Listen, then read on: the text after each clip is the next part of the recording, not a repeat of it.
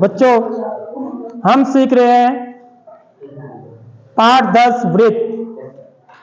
इसमें देखिए question number 7 बहुत ही इंपॉर्टेंट सवाल है।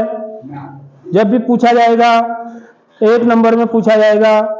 और अभी तक के हमने जो इससे पहले क्वेश्चन किए जो न्यूमेरिकल टाइप के हैं, देखो सिद्ध करो वाले को छोड़ के, आपने देखा होगा कि जो भी क्वेश्चन है उनमें हम क्या कर रहे हैं, पाइथागोरस प्रमेय का प्रयोग कर रहे हैं। देखा आपने, सब पाइथागोरस प्रमेय पर आधारित सवाल है और ये भी उन्हीं में से एक है। लेकिन देखने से आप छोड़ दोगे इसको, यदि आपको किया नहीं होगा आपने एक बार भी, आप सोचोगे अरे कोई और ही क्वेश्चन है, ठीक है। लेकिन जब हम इसको बनाएंगे, इसको समझेंगे तो पता चलेगा। तो देखिए प्रश्न क्या कह रहा है, 2 संकेंद्री वृत्तों की त्रिज्याएं, ठीक है। तो 2 संकेंद्री वृत्त बोल रहा है। देखो तो सबसे पहले इसको समझ लेना कि संकेंद्री वृत्त किनको बोलते हैं, ठीक है। संकेंद्री वृत्त का मतलब होता है ऐसे वृत्त जिनके केंद्र एक ही हो। समझ रहे हो, ऐसे भी तो वृत्त हो सकते हैं जिनके केंद्र एक ही हो। कैसे हो, कितने वृत्त हो सकते हैं ऐसे, अनंत हो सकते हैं। देखो एक ये माना केंद्र है वृत्त का, ठीक है। तो मैं इसके चारों ओर एक, ये देखिए इस वृत्त का केंद्र यह है, इसी के बाहर एक वृत्त और जिसका केंद्र यही हो, ऐसा हो सकता है। इसके बाहर एक भी और वृत्त हो सकता है ऐसे। तो ऐसे में कितने वृत्त बना सकता हूं, अनंत वृत्त बना सकता हूं। इन्हीं को बोलते हैं संकेंद्री वृत्त, ठीक है, जिनका केंद्र एक ही है। इन सब वृत्तों का केंद्र क्या है, वो ही है। इस वाले वृत्त का केंद्र भी वो है, इस वाले वृत्त का केंद्र भी बिंदु ओ है, ठीक है। ओ नहीं है असल में, ये है। इस बिंदु का नाम हमने ओ रख दिया है, ये बात समझ लो।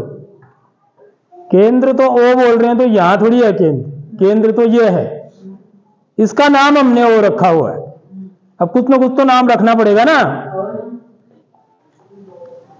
तो वही हम यहां भी जैसे लोगों के नाम होते हैं कुछ ना कुछ, वैसे यहां भी कुछ ना कुछ नाम हम रखते हैं गणित में। इस वाले जो बाहर का वृत्त है इसका केंद्र भी वही है। तो ऐसे वृत्तों को हम क्या बोलते हैं, संकेंद्री वृत्त कहते हैं, ठीक है बच्चों। समझ में आ रही बात? Yes sir. तो फिर बात कठिन नहीं है। अब ये क्या कह रहा है, देखिए 2 संकेंद्री वृत्त। तो हमारे पास वृत्त कितने हैं, सिर्फ 2 ही है। 2 संकेंद्री वृत्तों की त्रिज्याएं 5 सेंटीमीटर तथा 3 सेंटीमीटर हैं। यानी कि एक वृत्त की त्रिज्या कितनी है, 5 सेंटीमीटर है। यह दूरी, त्रिज्या माने यहां से लेके केंद्र से लेके परिधि तक की दूरी। और दूसरा जो वृत्त है इसकी त्रिज्या कितनी है बच्चों, 3 सेंटीमीटर है। इतनी बात समझ में आ गई? तो पहले प्रश्न को ही समझना होता है। हमारे लिए दुविधा ये हो जाती है कई बार कि हम प्रश्न को नहीं समझ पाते। इसीलिए देखो जो भी क्वेश्चन कराए जा रहे हैं, आप हर प्रश्न को ध्यान से समझिए कि प्रश्न क्या है, इसका मतलब क्या है और हमसे पूछा क्या जा रहा है। फिर उसके बाद उसको जो पूछा जा रहा है वो निकालना फिर आगे की बात है। अब क्या बोल रहा है, देखिए बड़े वृत्त की उस जीवा की लंबाई, देखो बड़े वृत्त की उस जीवा की लंबाई ज्ञात करो जो छोटे वृत्त को स्पर्श करती है, ठीक है। बड़े वृत्त की उस जीवा की लंबाई, तो जीवा किसे बोलते हैं, वृत्त की जीवा किनको बोलते हैं बच्चों।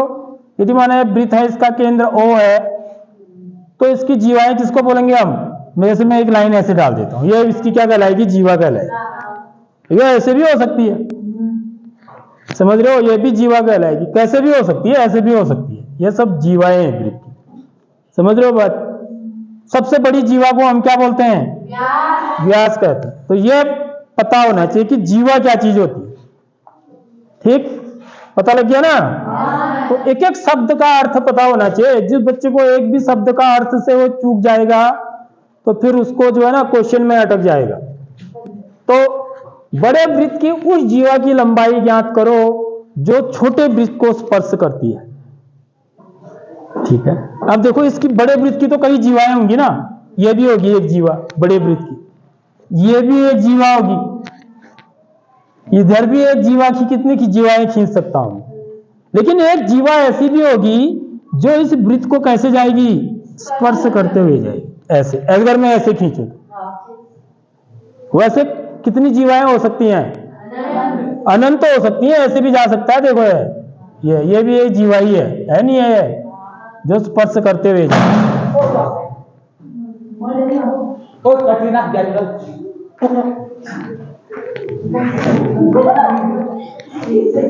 तो ये जीवा और ये जीवा दोनों बराबरी लंबे होंगे, समझ रहे हो बात, क्योंकि ये इसी के अंदर है ना। देखो ये दूरी तो बराबर है ना, क्योंकि इसका तो त्रिज्या 3 ही सेंटीमीटर है, तो 3 सेंटीमीटर की जगह ही लेगा ये, समझ रहे हो बात। तो ये वाली जीवा कहो आप या ये वाली जीवा कहो जो कि इसको स्पर्श करते हुए जा रही है, यानी कि वो क्या है, स्पर्श रेखाएं हैं, किसके, छोटे वाले वृत्त के।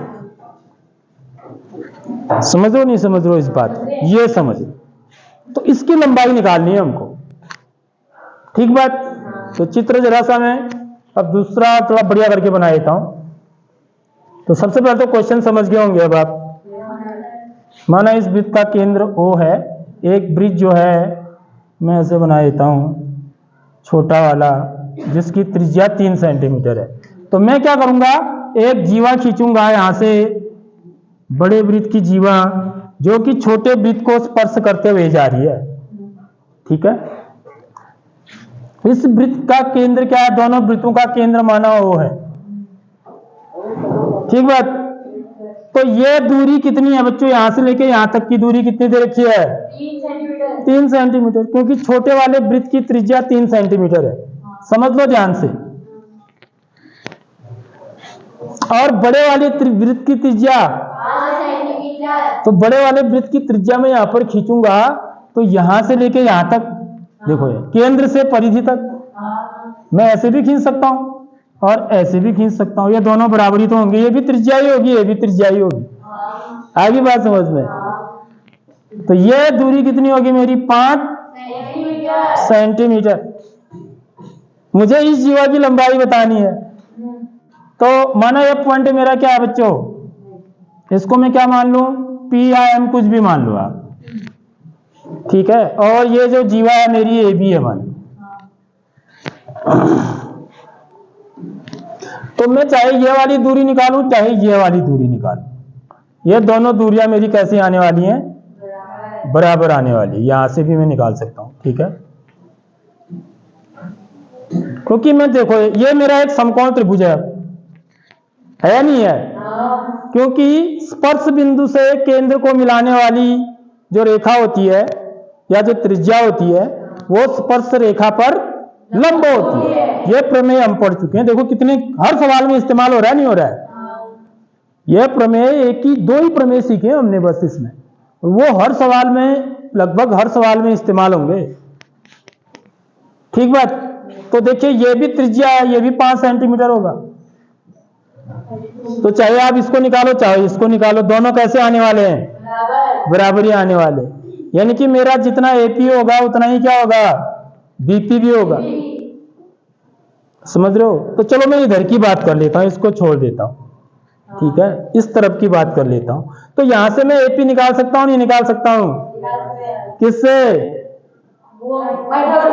पाइथागोरस प्रमेय से।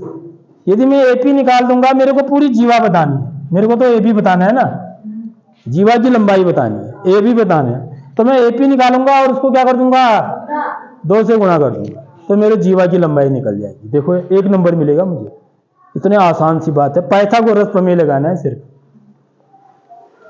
ठीक है। प्रश्न का जो स्टैंडर्ड है वो 1 ही नंबर वाला है।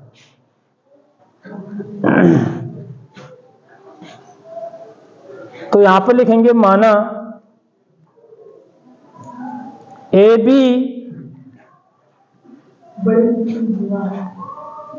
बड़े वृत्त की जीवा है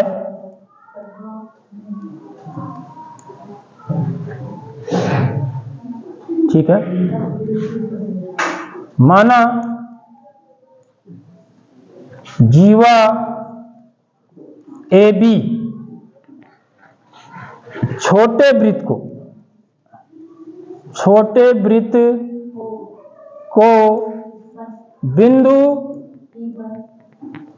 P पर स्पर्श करती है। देख लो, अब पूरी कहानी लिखनी पड़ती है फिर ये, समझ रहे हो बात। अब मैं क्या लिख रहा हूं, ये कहानी लिख रहा हूं ना, जो जो मैंने बनाया है उसकी कहानी लिख रहा हूं।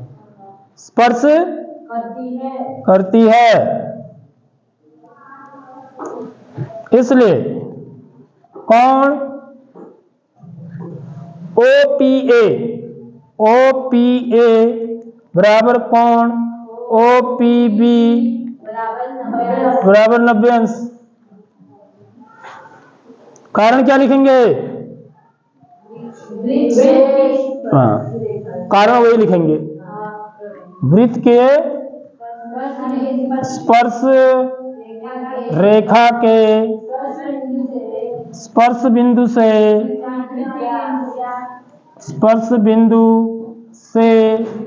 जाने वाली त्रिज्या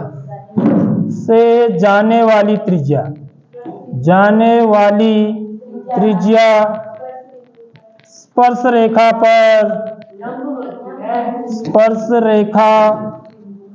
पर लंब होती है। ये कॉज लिखेंगे आप।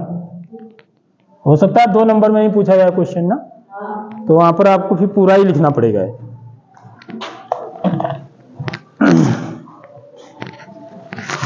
यानी कि ये त्रिभुज कैसा है मेरा? समकोण त्रिभुज। अतः समकोण त्रिभुज OPA में पाइथागोरस प्रमेय से, ये भी लिखेंगे, ठीक है। किससे?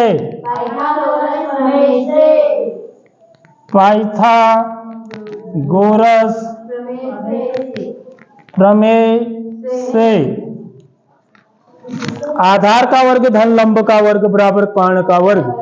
यानी कि मैं क्या लिखूंगा? AP का स्क्वायर प्लस OP का स्क्वायर बराबर AO का स्क्वायर या OA का स्क्वायर। मुझे OA लिखना पसंद है तो मैं OA लिख रहा हूं, आप AO भी लिख सकते हो, ठीक है। तो AP का स्क्वायर तो मुझे निकालना है। AP का स्क्वायर धन OP का स्क्वायर, 3 का स्क्वायर बराबर 5 का स्क्वायर। AP का स्क्वायर धन 25 बराबर 25, ठीक है। AP का स्क्वायर बराबर 25 ऋण 9, AP का स्क्वायर बराबर 16। AP बराबर क्या हो जाएगा? वर्गमूल 16। AP बराबर 4। यहाँ पर ऋण चिन्ह फिर से नहीं लूंगा मैं, क्योंकि लंबाई निकाल रहे हैं, ठीक है। तो AP कितना आ गया? 4 सेंटीमीटर। तो इसलिए AP बराबर AP 2 गुणा AP, क्योंकि 2 गुणा AP, जितना ये होगा उतना ही AP होगा, क्योंकि यहाँ भी यही चीज हो रहा है। 5 सेंटीमीटर या 3 सेंटीमीटर, तो इसको भी निकालोगे आप तो ये भी 4 ही सेंटीमीटर आएगा। तो टोटल जीवा कितनी हो जाएगी? 8 सेंटीमीटर। 2 गुणा 4 सेंटीमीटर बराबर 8 सेंटीमीटर। है नहीं बढ़िया सवाल है? तो कठिन है क्या?